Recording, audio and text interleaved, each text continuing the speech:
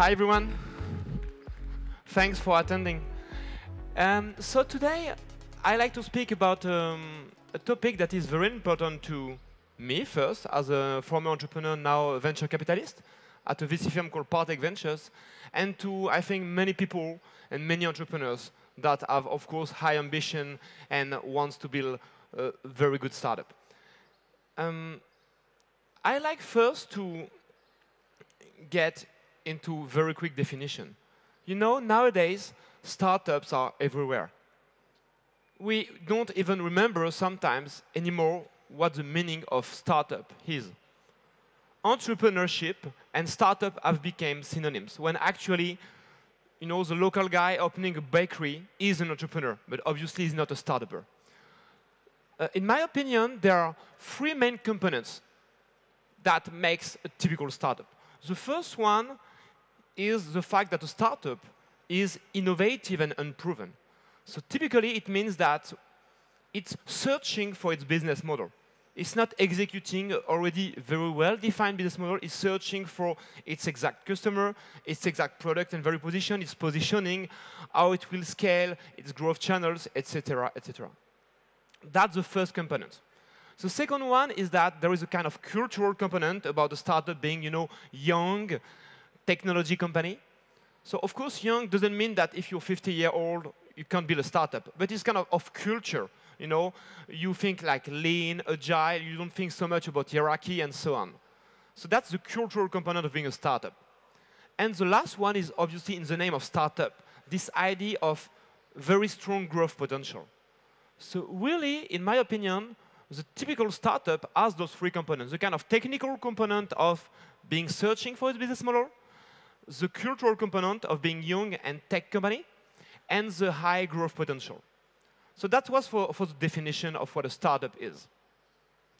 Second one is promising. Promising doesn't mean a lot of things by itself. An easy way to define it means very high ambition and potential. Both are important.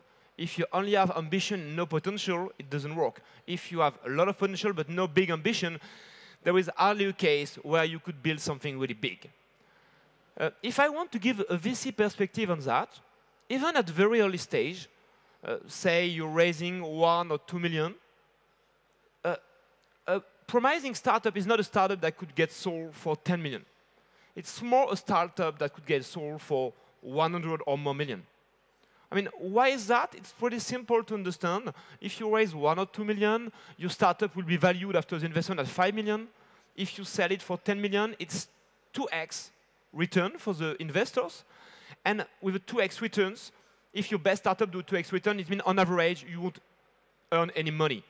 And as a VC firm, you typically need your top startup to make 10x or 20x to actually be a good VC firm. Of course, 10 million for an entrepreneur is very often a great outcome. If you have 50% of a company that gets sold for 10 million, it means that after taxes, you would get something like 3 or 4 million, and that's life-changing for almost everyone.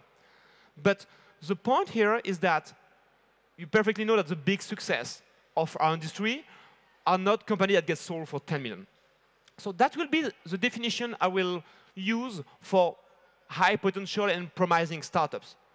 I also want to highlight something. By no means it means that a startup that would be a 10 million startup or a startup having a dozen employees and making a few million revenue is not a success.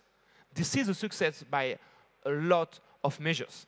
It's just that the kind of startup that the industry, that the VCs and that the promising and ambitious entrepreneur want to build are much bigger than that. So that was to clarify startups and promising. So the big question then is how to spot them. Because the truth is that it's super difficult to assess early stage startups. You know, early stage means typically you have not proven yet your positioning. You have not proven yet your product market fit. You know, you maybe don't even have a live product, or you might have early customer or user, but it's still very early to tell if you're onto something or not. We all heard the stories about great people, great VCs, great entrepreneurs that dismiss early ideas like Airbnb or Uber, or even Facebook, saying yet another social network at the time where MySpace was not doing so well.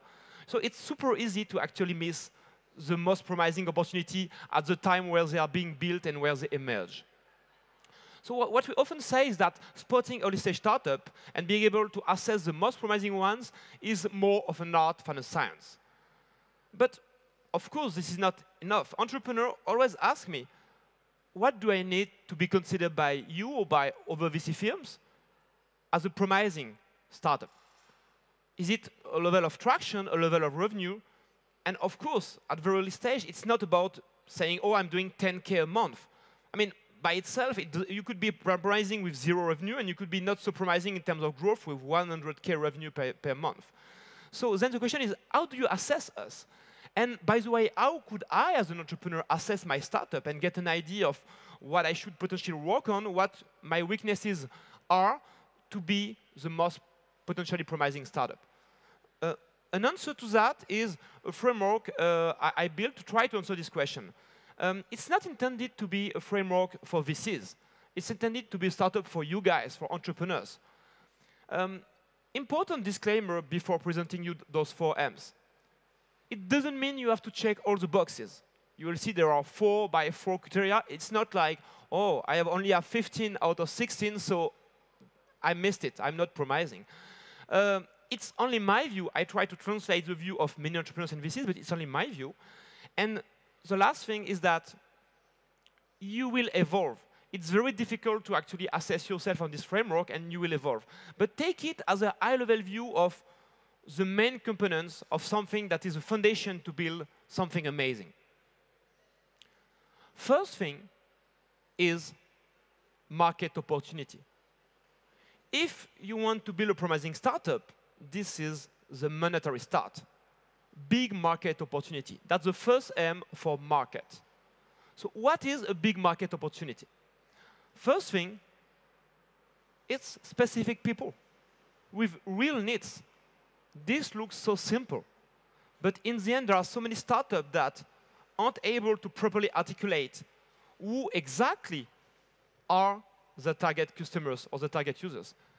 What exactly is the pain or the problem or the needs that they experience that you have spotted?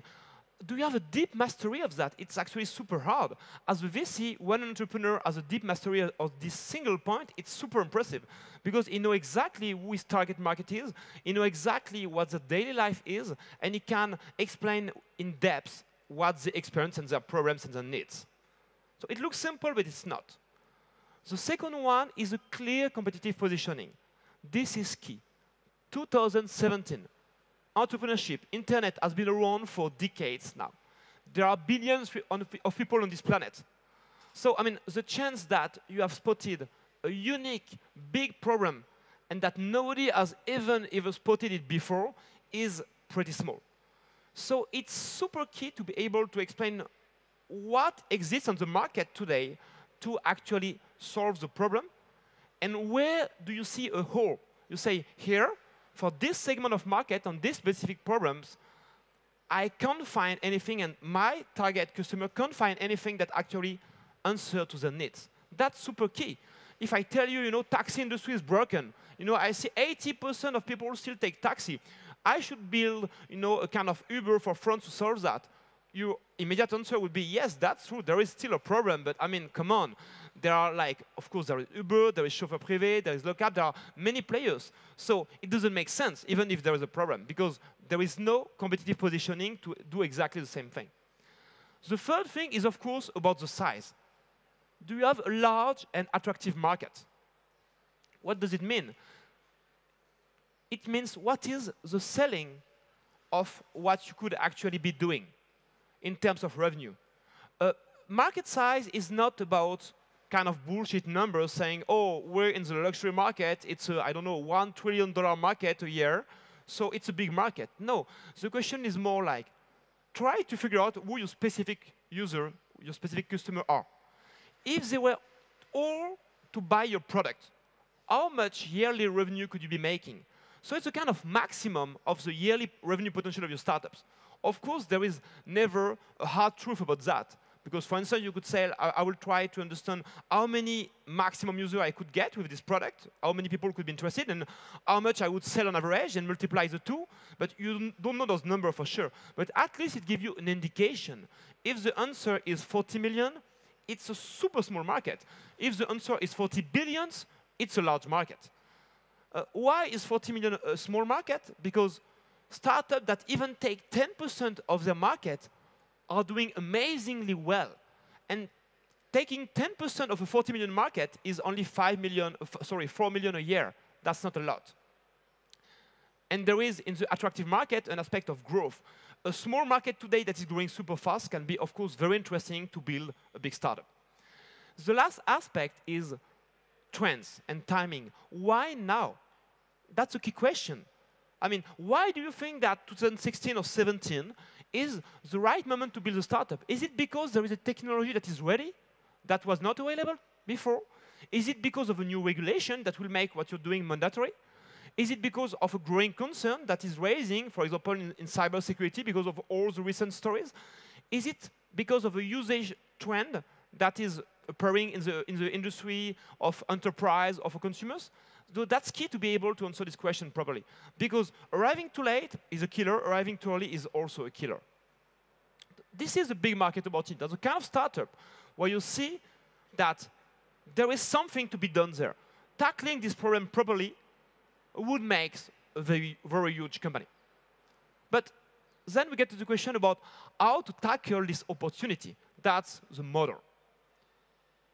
The model in the sense of business model. You know, often business model is understood as how you make money. Business model is everything, is how you create value, how you capture value, who are your customer, what is your product doing, and so on. Do you have a disruptive and virtuous model? It starts with a product. Of course. How do you create value to your end user, to the customer, to the community? Do you have a valuable and differentiated product? It's quite obvious. You see that it's not about technology. Technology is just an enabler. Then, a great product without any ability to actually reach its customer or user and scale a user base is useless. You know, there is a saying sometimes that says distribution, distribution, distribution. It tends to be less and less true in the modern world because in the modern world, a great product is a prerequisite to a great growth. But if you don't have a smart and efficient way to actually grow this customer or user base, it will be very complicated to actually achieve scale, even if you have a great product. So, of course, there is all the variety hacks that people are thinking about. For example, the Hotmail sent using Hotmail at the bottom of the email, the Dropbox hacks about if you want more space, invite your friend, and so on. Those are the kind of iconic techniques that allow growth, and with the so-called growth hacking. But the truth is that for most startups, it's much more pragmatic. It's more about saying, you know, look, I'm doing inside sales, so I'm selling on the phone, and I know on average that when I call 10 customers, one of them, I make him a demo of my product, and then 1 out of 2 are converting, and I can show you that it's actually efficient. That's less sexy, but that's how most startups have actually efficient growth channel. There is also the question of monetization. At some point, maybe not now, but at some point, for most startups, you will need to have a way to actually earn money and make it in a profitable way. Because if you earn 10 euro per user, but that actually it's exactly the cost that you need to acquire and serve this user, it's not really a profitable business model. It doesn't mean that you should have a monetization from the start or that you should be profitable. There are actually many models that the VC funds or that entrepreneurs fund with other ways that are relying on the fact that for the first year, you will actually lose a lot of money. Even if you earn money, you will have a contributive margin that is negative. It means at each order, for example, you might lose money, or that you won't make any money at all because you're, for example, a mobile B2C application. But at some point, except if your only play is to exit to a bigger company, you will have to find a valuable and profitable monetization model.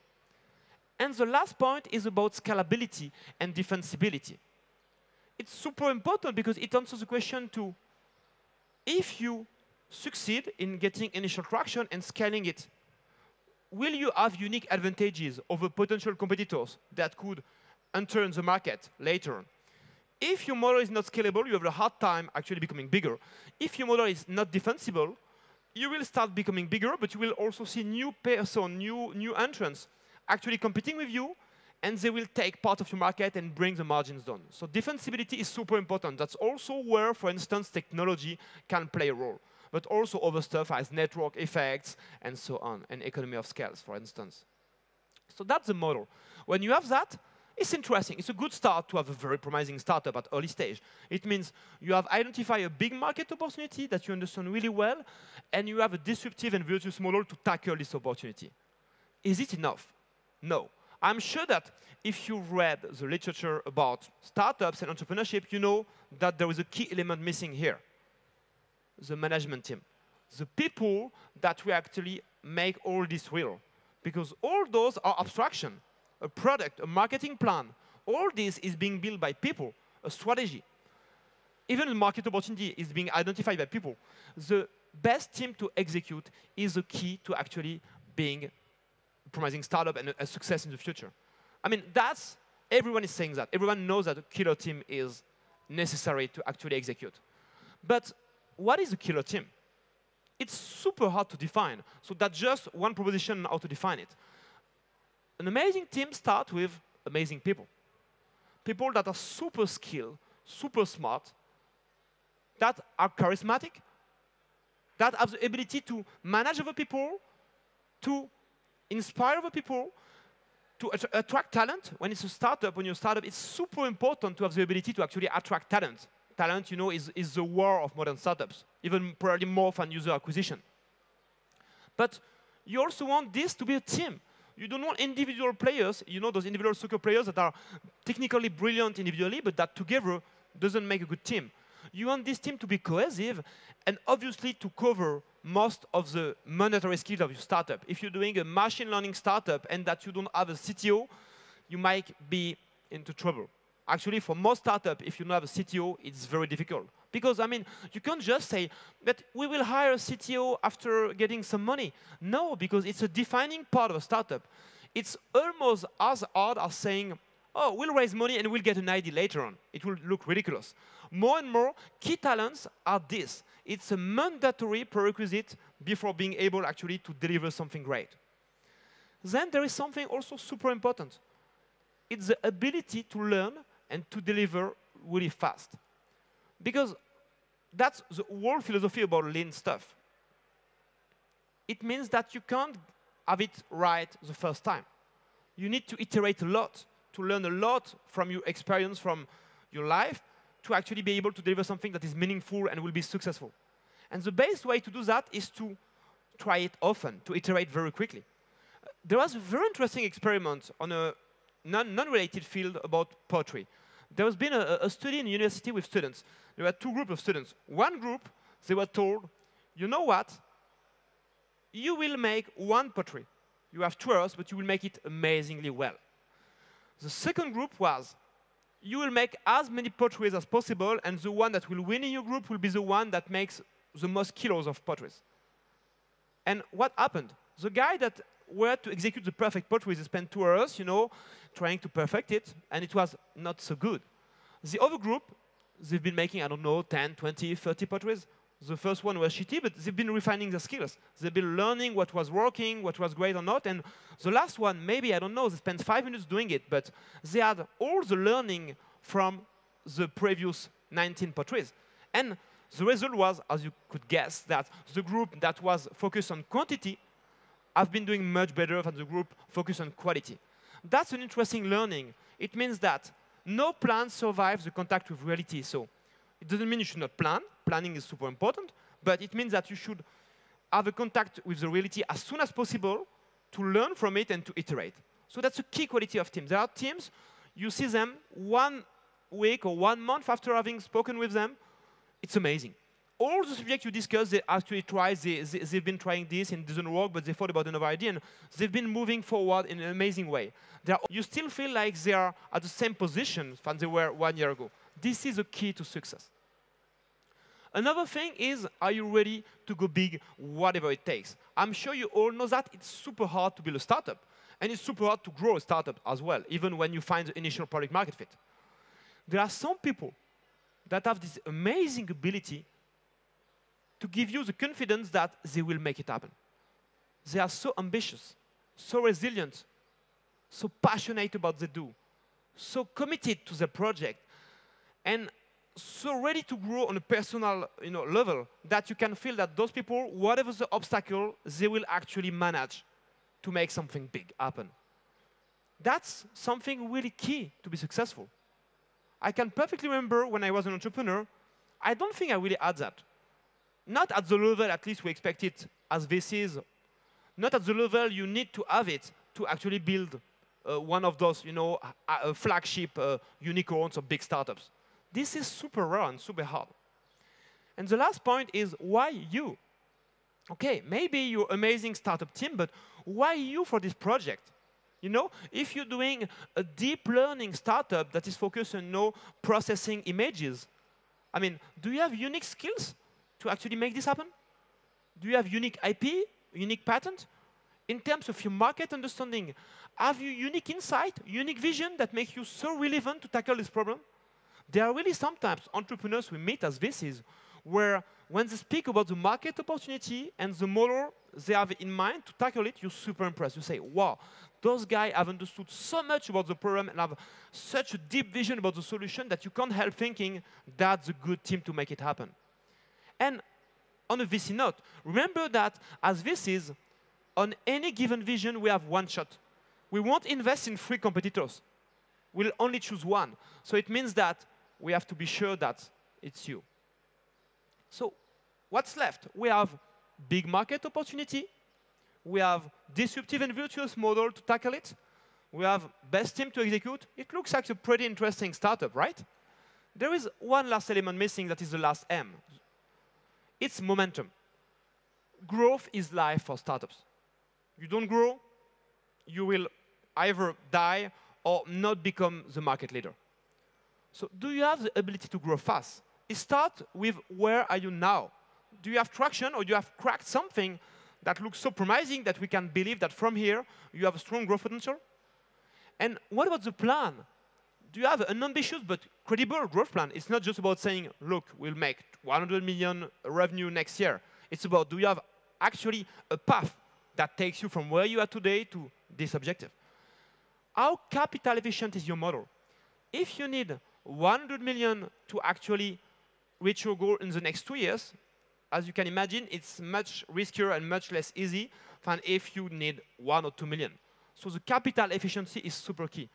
And finally, of course, the strategic aspect. Do you have a clear strategy in mind to actually scale and win on the market or become one of the market leaders? If you have those 4 elements, that's interesting. You're probably one of the most promising startups in the market. There is one element I don't mention here that is also very important, it's luck.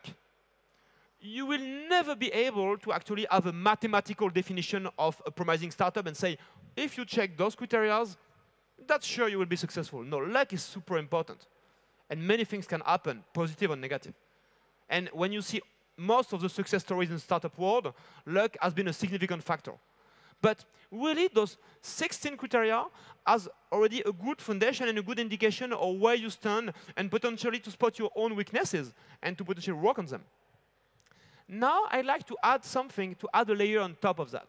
It's the VC vision we have on top of that to simplify and to tell you, in the end, as a VC, what are the 3 questions I'm asking myself to be convinced potentially by an investment or not. I will put it on top of this. First thing, it's a vision that could turn into a valuable company. When a company pitches us, there are some companies where you just like, this vision, I really believe, and it's subjective, that it can turn into really a big company. So that's a mix between both the market opportunity and how you address it. What is your model? What is your answer to this opportunity? So that's the first question we have when considering an investment. So second one is, how do you want to make it happen? Maybe your vision is amazing, but I don't believe, or other VCs won't believe in the way you plan to actually make it happen. So do you have a credible and efficient way to achieve this vision? That's a mix between both the model and the momentum with the plan in it. And the last question we have is about unique reason to bet on you today. That's super important. From my experience as a VC, something quite amazing, and I'm still quite amazed each week, is that ideas and even vision are shared. You see a very specific idea on a very specific topic, and you say, wow, I'm not sure there are many people working on it. The next week, you will actually encounter an entrepreneur that is doing something very similar. So it means we keep on thinking, why you? I'm sure, maybe I don't know them, but I'm sure there are many people working on the same thing as you are. So why shall I bet on you? And the other question is, why today? Maybe I just would like to wait 6 more months or 1 more year to say, let's see where you stand in 1 year. Let's see if you were the one emerging from the many competing players. So as a VC, you need to be really convinced by the team, the project, and the timing of now, investing now, to be actually willing to commit to an investment. Those 3 criteria together, I mean, it makes to us a very interesting investment opportunity. And the only question that would be left is about valuation and so on. So that's really it. In the end, 4 M's: market, model, management, momentum. All this is a framework to actually judge the potential of a startup vision. And then there is those 3 questions about, can this vision turn into a big company? Do you have the right way to achieve it? That's very subjective. And finally, do we have unique reason as a VC to bet on you, as a VC or as an angel or as an investor, to bet on you today? That's pretty much it. And finally, that's how to see it within time. It's that simple.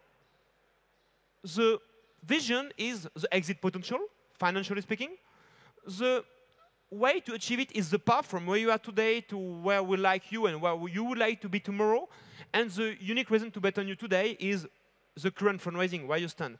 That's really a simplified VC view of those criteria to make a promising startup. Thank you very much for your attention. I'm very happy to answer any question that you might have, and we can talk afterwards, of course. Thank you very much.